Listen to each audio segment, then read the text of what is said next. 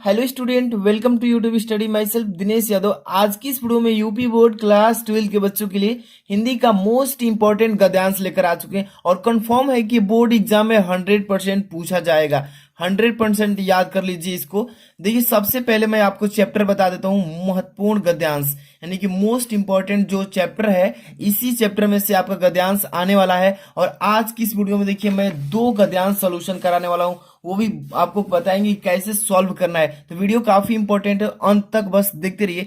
सबसे पहले देखिए यहाँ पर राष्ट्र का स्वरूप, राष्ट्र का जो स्वरूप चैप्टर है आपका गद्यांश का, ये काफी मोस्ट इंपॉर्टेंट है। इसी में से और एक दूसरा जो चैप्टर है आपका अशोक के फूल, इस चैप्टर में से, इस दोनों चैप्टर में से बार बार बोर्ड एग्जाम में गद्यांश रिपीट किए जाते हैं, बार बार पूछा जाता है। और इस चैप्टर को अच्छे से तैयार कर लेते हैं, 10 नंबर कोई नहीं रुकेगा। तो आज की इस वीडियो में देखिए हम बताने वाले हैं 2, यानी कि फर्स्ट नंबर देख सकते हैं ये गद्यांश, इसका पूरा A to Z सोल्यूशन बताएंगे और कैसे पेपर में आपको लिखना है A to Z अच्छे से समझाएंगे। तो वीडियो लाइक कर देना, अगर आप इस चैनल पर नए हैं तो सब्सक्राइब करके बेल आइकन हिट कर लीजिए ऐसी सभी सब्जेक्ट की मॉडल पेपर, अंसाल पेपर, इंपॉर्टेंट क्वेश्चन वीडियोस पाने के लिए। और इसके बाद देखिए दूसरा जो मैं यहाँ पर लाया हूं, ये भी काफी मोस्ट इंपॉर्टेंट है। तो दोनों का सोल्यूशन इस वीडियो में करने वाले हैं, तो वीडियो को पूरा अंत तक देखिए और वॉच कीजिए, क्योंकि काफी कम समय बचा है, बोर्ड एग्जाम काफी नजदीक में है। तो आप लोगों को अच्छे से तैयारी में लगे रहना है। सबसे पहला नंबर जो देखिए यहाँ पर VIP, यानी कि वेरी मोस्ट इंपॉर्टेंट ये क्वेश्चन जो है, आपको इसको तैयार कर लेना है। देखिए पहला जो गद्यांश है आपका, क्या लिखा है कि मगर उदास होना भी बेकार है। कह रहा है कि मगर उदास होना भी बेकार है, अशोक आज भी उसी मौज में है जिसमें आज से 2000 वर्ष पहले था। इस चैप्टर से देखिए गद्यांश जो मैं बता रहा हूँ काफी इंपॉर्टेंट है और ये बोर्ड एग्जाम 2022 में देखने को मिलेगा। तो इसको पहले अच्छे से समझिए। देखिए, मगर उदास भी होना बेकार है, अशोक आज भी उसी मौज में है जिसमें आज से 2 वर्ष पहले था। कहीं भी तो कुछ नहीं बिगड़ा है, कुछ भी तो, देखिए यहाँ पर कुछ भी तो नहीं बदला है, बदली है मनुष्य की मनोवृत्ति। अब यहां से देखिए, यदि बदले बिना वह आगे बढ़ सकती तो शायद यह भी नहीं बदलती। अब देखिए यहां से कह रहा है कि और यदि वह न बदलती और व्यवसायिक संघर्ष आरंभ हो जाता, मशीन का रथ घर घर चल पड़ता, विज्ञान का संवेग धावन चल निकलता, तो बड़ा बुरा होता। तो देख सकते हैं ये गद्यांश जैसे आपने पढ़ा है तो आपको मालूम चल गया कि किस चैप्टर से ये गद्यांश दिया गया है। तो ये अशोक का फूल वाला जो चैप्टर है, उसी चैप्टर से इस गद्यांश को दिया गया है। इसके चैप्टर के राइटर कौन है, तो आचार्य हजारी प्रसाद द्विवेदी जी। अगर ये दोनों चीज आपको जानकारी है तो देखिए ट्रिक से गद्यांश पहचानिए। जैसे कि यहाँ पर देखिए अशोक का आज यहाँ पे नाम लिया है ना, तो आप समझ जा रहे हैं सीधे सीधे कि किस चैप्टर से दिया है, अशोक के फूल वाला चैप्टर से। इसके राइटर कौन है इस चैप्टर के, आचार्य हजारी प्रसाद द्विवेदी। इसमें देखिए क्वेश्चन भी किया है, क्वेश्चन का आंसर आप देंगे कैसे पेपर में देना है, एक एक चीज अच्छे से समझ लीजिए क्योंकि काफी कम समय बचा है एग्जाम का। देखिए फर्स्ट नंबर, उपयुक्त गद्यांश के पाठ और लेखक का नाम बताइए। इसमें पाठ का नाम पूछ दिया है और एक बार लेखक का नाम, ये 2 नंबर आप यहां से बना लिए, ठीक है। तो अभी मैंने बता ही दिया है इसको कैसे लिखना है। इसके बाद रेखांकित अंश की व्याख्या करना है। तो रेखांकित अंश की व्याख्या, ये जो अंडरलाइन किया है इसका मैं भाव बताऊंगा अभी। पहले नंबर यहाँ पर देखिए, इसका पहले पूछा है ना, पहला नंबर क्वेश्चन का यहाँ पे आंसर लिख लेते हैं। पहले नंबर पूछा है इसमें पाठ का, यानी गद्यांश के पाठ और लेखक का नाम। तो यहाँ पर पहले नंबर पाठ का नाम लिख लेते हैं, पाठ का नाम, पाठ का नाम। तो इसमें पाठ का नाम क्या हो जाएगा आपको मैं बता देता हूं, एक एक चीज समझ लीजिए, समय दीजिए और अच्छे से समझिए। अशोक का फूल, अशोक का फूल, ठीक है। पाठ का नाम क्या है, अशोक का फूल, इस चैप्टर से ये है। इसके बाद इसके राइटर कौन है, तो यहाँ पर लिखेंगे पाठ का नाम हो गया, लेखक का नाम, यहाँ पर लिखेंगे लेखक का नाम। तो यहाँ पर लेखक का नाम, इस पाठ को किस लेखक ने लिखा है उसका यहाँ पे नाम बताना है। तो आचार्य हजारी प्रसाद द्विवेदी, आचार्य हजारी प्रसाद द्विवेदी जी लिखे, ठीक है, आचार्य हजारी प्रसाद द्विवेदी, ठीक है। इसके बाद इसी क्वेश्चन में दूसरा नंबर क्या पूछा है कि रेखांकित अंश की व्याख्या कीजिए। इसमें अंडरलाइन जो किया है यहाँ पे, यदि देखिए, यदि बदले बिना वह आगे बढ़ सकती तो शायद यह भी नहीं बदलती, और यदि वह न बदलती और व्यवसायिक संघर्ष आरंभ हो जाता, मशीन का रथ घर घर चल पड़ता, विज्ञान का संवेग यानी कि सवेग धावन चल निकलता तो बड़ा बुरा होता। इस जो वाक्य लिखा है ये सभी, इसका अंडरलाइन किया नीचे से, इसी का आपको व्याख्या के रूप में रेखांकित अंश की व्याख्या कर देना है। तो इसका देखिए मैं यहाँ पे हेडिंग बना लेता हूँ, रेखांकित अंश की व्याख्या डायरेक्ट बताता हूँ, ठीक है। तो देखिए इसका पहले हम लोग रेखांकित अंश की व्याख्या कर लेते हो। तो यहाँ पर देखिए इसका ऑलरेडी मैं समझा सकता हूँ। यहाँ पे हेडिंग डालना है ऐसे, रेखांकित अंश की व्याख्या। 2 नंबर है ना, तो यहाँ पे 2 नंबर। आप भी बोर्ड एग्जाम में अच्छे से लिखिएगा, काट पीट कहीं भी नहीं चाहिए, स्पष्ट लिखिएगा, साफ सुथरा। कहीं भी काट पीट रहेगा तो नंबर इसी पर कट जाता है। साफ से लिखेंगे एक भी नंबर नहीं कटेगा, ठीक है। रेखांकित अंश की व्याख्या में लिखेंगे कि लेखक कहता है, देखिए लेखक कहता है कि अशोक का वृक्ष बिना उदास हुए आज भी पूर्व की भांति मस्त एवं प्रसन्नचित है, ठीक है। अशोक का वृक्ष आप देखे होंगे, जहां पर है वहीं पर है, पुराने वृक्ष की भांति वहीं पर प्रसन्नचित है। उसकी प्रवृत्ति रूप स्वरूप में कोई परिवर्तन नहीं हुआ, जैसा है वैसा ही है। ये कवि का कहने का भाव है। यहाँ पर देखिए, इसके विपरीत मनुष्य की सोच या मनोवृत्तियों में अमूल्यचूल परिवर्तन हो गया है। देखिए जो अशोक का वृक्ष है, ये जैसा है पुराना वैसा ही रूपरेखा में है, लेकिन मनुष्य आज के हैं जो कि परिवर्तन होता जा रहा है, मनुष्य में बदलाव आते जा रहा है। वही इसमें कवि उस भाव को यहाँ पे परिवर्तित मतलब कि दिखाया है तुलना करके। अब देखिए, यदि इस परिवर्तन के बिना उसका काम चल सकता तो उसकी मनोवृत्ति में कभी भी परिवर्तन नहीं होता, वह आज भी सदियों पुराना आदिमानव के समान नहीं होता, ठीक है। तो इसका हो जाएगा इतना रेखांकित अंश की व्याख्या, ठीक है। इसके बाद अगला इसी में क्वेश्चन देखेंगे 3rd नंबर। यहाँ पे क्या लिखा है कि मनोवृत्ति और धावन शब्दों का आशय बताइए, यानी कि मनोवृत्ति का अर्थ बता देना है और धावन का। तो एग्जाम में इसको कैसे लिखना है, देखिए यहाँ पे बताते चल रहा हूँ, यहाँ पे लिख देता हूँ 3रा नंबर का, ठीक है। वो नेक्स्ट पेज पर था इसलिए उसको हटा दिया हूँ।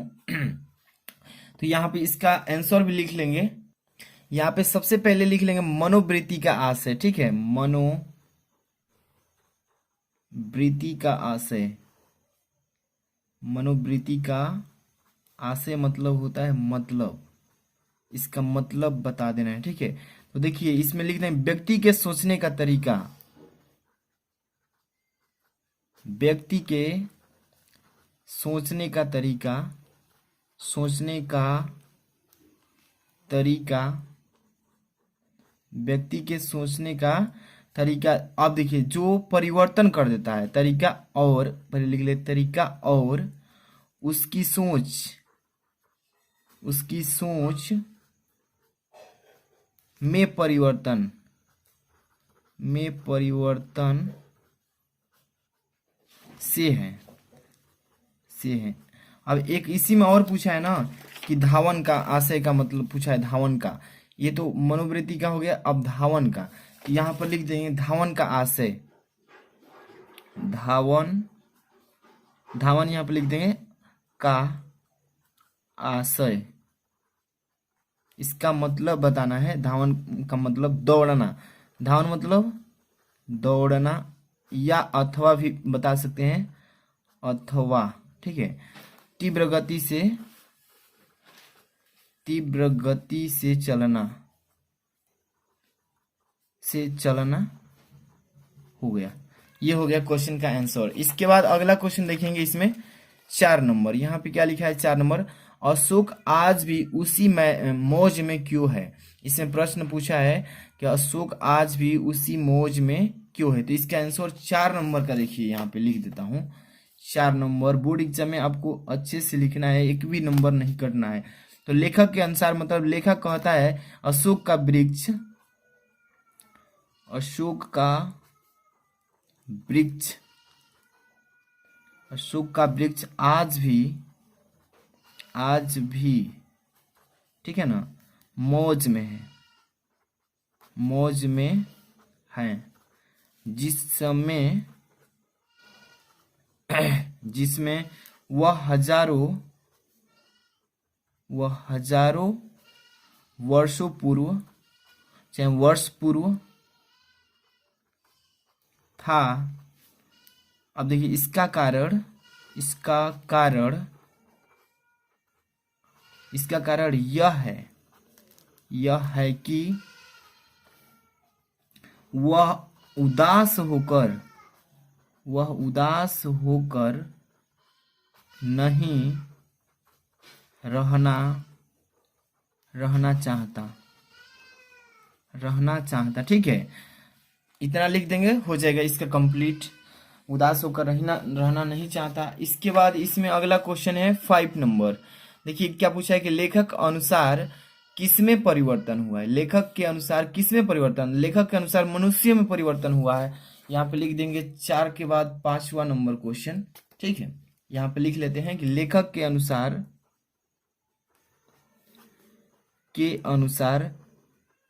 इससे भी बेस्ट नेक्स्ट वाला जो गद्यांश कराएंगे वो है बोर्ड एग्जाम में, वो कंफर्म है। अनुसार, लेखक के अनुसार मनुष्य की मनोवृत्ति जो है ना, मनोवृत्ति अथवा उसकी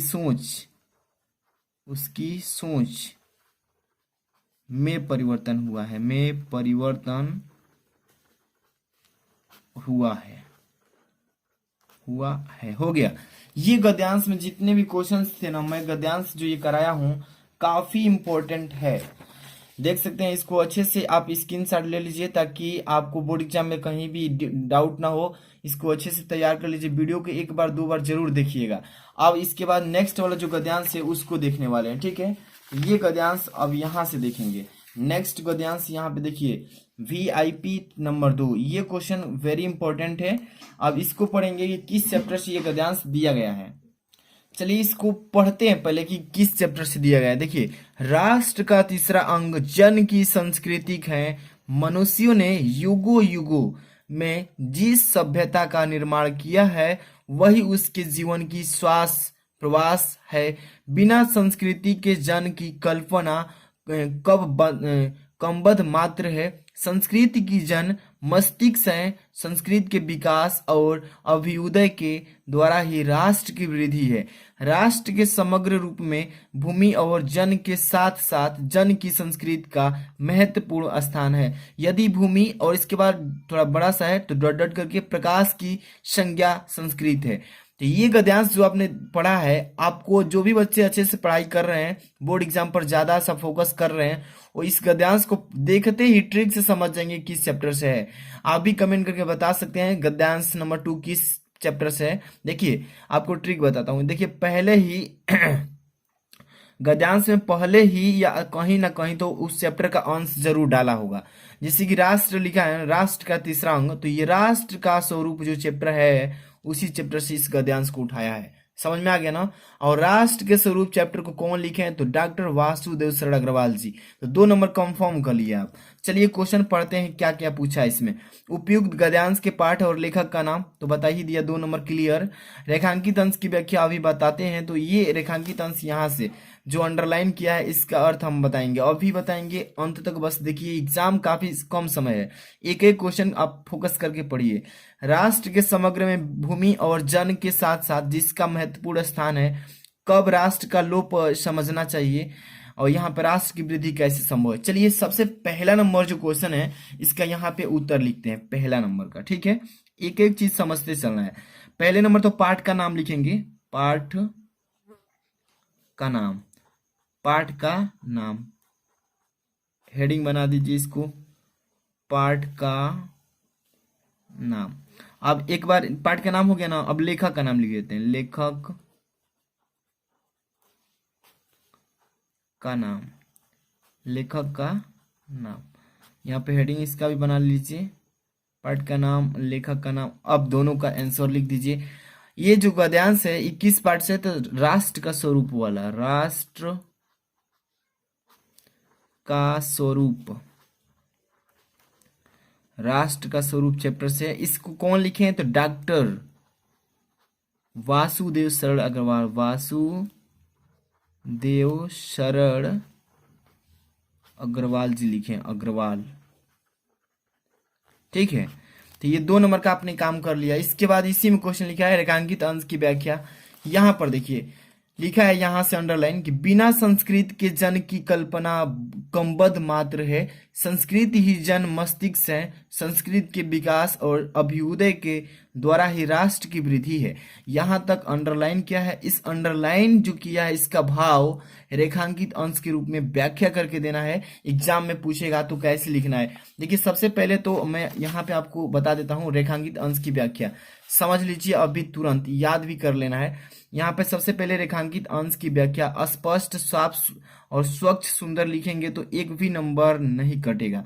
ठीक है, तो यहाँ पे पहले रेखांकित अंश की व्याख्या लिख लेंगे। और इसका रेखांकित अंश की व्याख्या यहाँ पर देखिए क्या लिखा है कि वास्तव में संस्कृति मनुष्य का मस्तिष्क ही है ना। और मनुष्य के जीवन में मस्तिष्क सर्वाधिक महत्वपूर्ण अंग है। आप तो जानते ही हैं, बिना माइंड के कोई भी कार्य नहीं कर पाएंगे। माइंड संकेत करता है।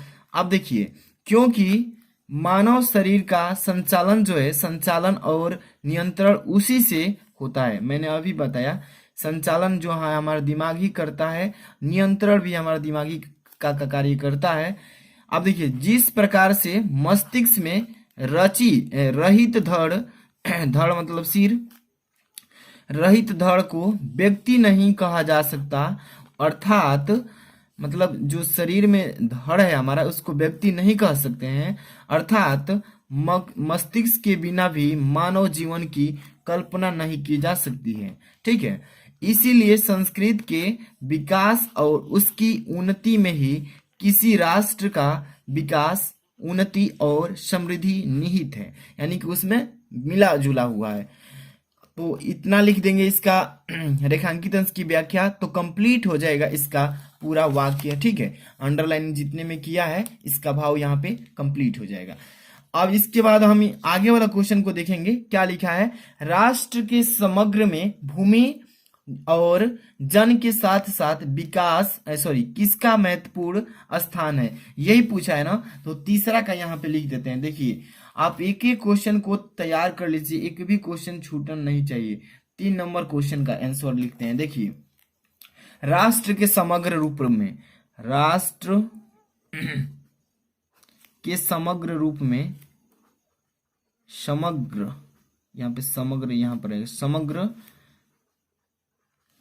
रूप में भूमि और जन, भूमि मतलब जमीन होता है, भूमि और जन मतलब होता है लोग। ठीक है, भूमि और जन के साथ अब यहाँ पर 2 लिख देते हैं, मतलब साथ साथ जन की संस्कृत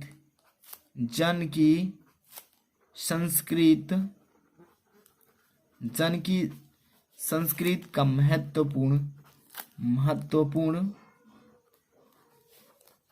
स्थान है। एक बार इसको अच्छे से देख लीजिए, राष्ट्र के समग्र रूप में भूमि और जन के साथ साथ जन की संस्कृति का महत्वपूर्ण स्थान है। ठीक है, इसके बाद 4 नंबर क्वेश्चन देखिए ध्यान से, कब राष्ट्र का लोप समझना चाहिए, कब राष्ट्र का लोप समझना चाहिए। तो यहाँ पे इसका भी आंसर देखिए लिख देते हैं। एक एक क्वेश्चन आप लोगों के लिए काफी इंपॉर्टेंट है 2022 के बच्चों के लिए। ठीक है, यहाँ पर लिख देते हैं कि यदि भूमि और जन अपनी संस्कृत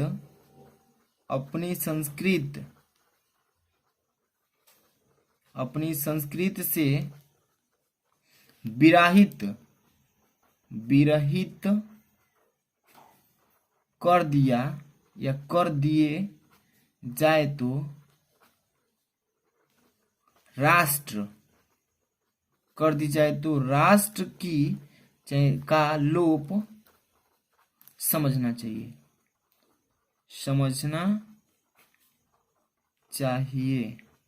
ठीक है, ये हो जाएगा इसका आंसर कि यदि भूमि और जन अपनी संस्कृति से विरहित कर दी जाए तो राष्ट्र का लोप समझना चाहिए। इसके बाद अगला क्वेश्चन इसी में 5 नंबर क्या लिखा है कि राष्ट्र की वृद्धि कैसे संभव है, कि राष्ट्र की वृद्धि कैसे हो सकती है, संभव कैसे। यहाँ पर इसका आंसर लिख देते हैं 5 नंबर का। ठीक है, देखिए 5 नंबर, यहाँ पे 5 नंबर लिख देता हूं। संस्कृत के विकास, देखिए यहाँ पर लिख रहा हूं संस्कृत के विकास, संस्कृत के विकास, संस्कृत के विकास और अभ्युदय, ये आधा वर्ड रहेगा, अभ्युदय के द्वारा ही राष्ट्र की वृद्धि संभव है, वृद्धि संभव है।